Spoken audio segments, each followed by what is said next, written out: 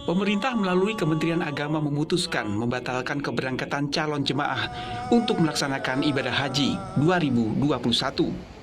Pertimbangannya karena saat ini masih pandemi serta demi keselamatan calon jemaah. Menteri Agama Yakut Khalil Qomas menegaskan, calon jemaah yang batal berangkat tahun ini akan menjadi jemaah tahun 2022.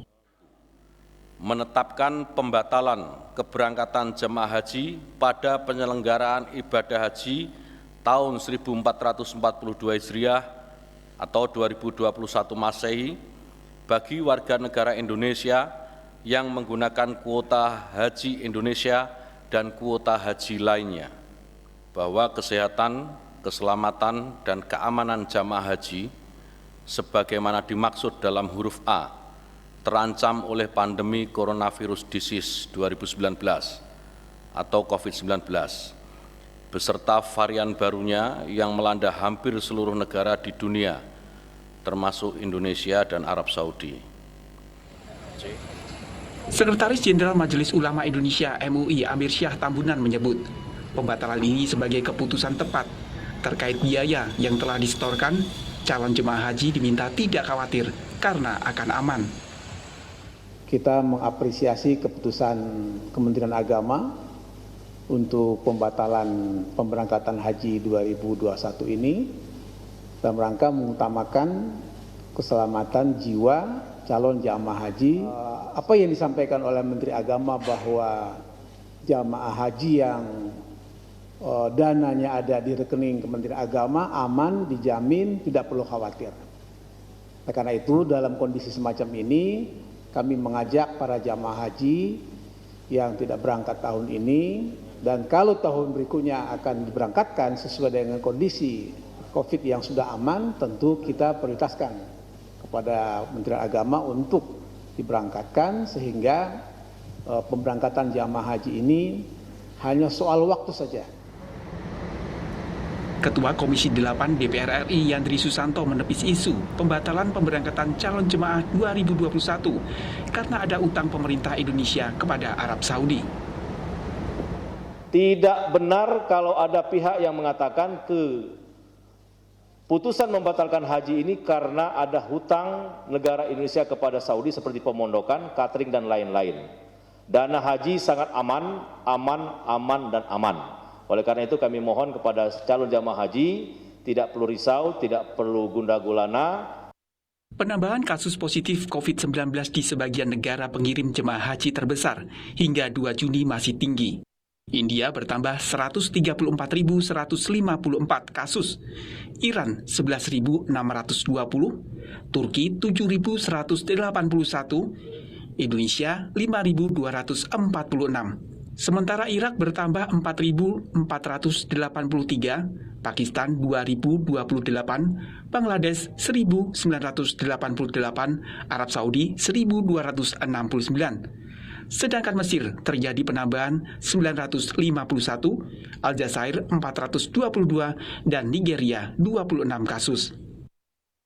Sebelumnya pemerintah Arab Saudi telah membuka kuota haji 2021 sebanyak 60.000 orang. Dari jumlah tersebut, 45.000 dialokasikan bagi calon jemaah luar negeri, sisanya sebanyak 15.000 bagi calon jemaah Arab Saudi. Di tengah masa pandemi, Arab Saudi memperketat penerimaan jemaah haji.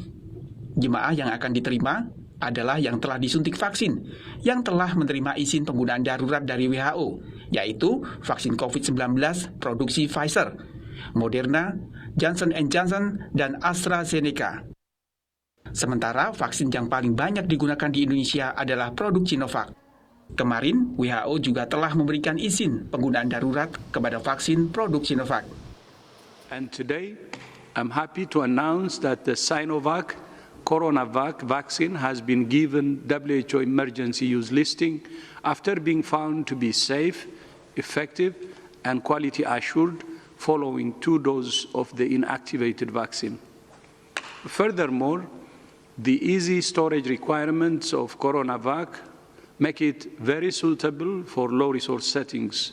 It's now the 8th vaccine to receive EUL by WHO.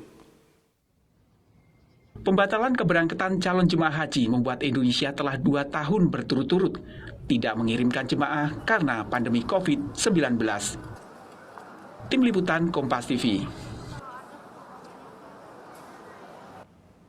Pemerintah resmi membatalkan keberangkatan calon haji untuk tahun ini. Keputusan ini diambil dengan sejumlah pertimbangan. Apa yang sesungguhnya terjadi? Kita sudah bersama Konsul Haji dan Umroh KJRI Jeddah, Endang Jumali. Pak Endang, selamat malam. Selamat malam. Assalamualaikum, sehat ya Pak? Waalaikumsalam warahmatullahi wabarakatuh. Alhamdulillah sehat.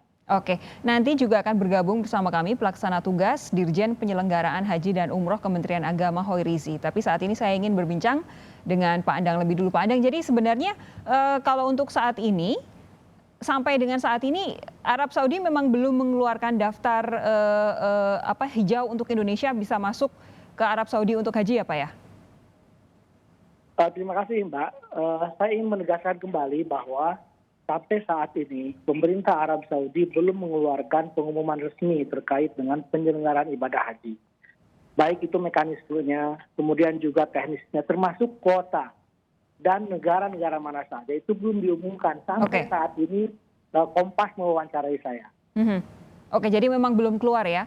Lalu begini, kemarin yang jadi pertanyaan kan adalah karena calon jemaah haji kita rata-rata sudah disuntik vaksin Sinovac ya.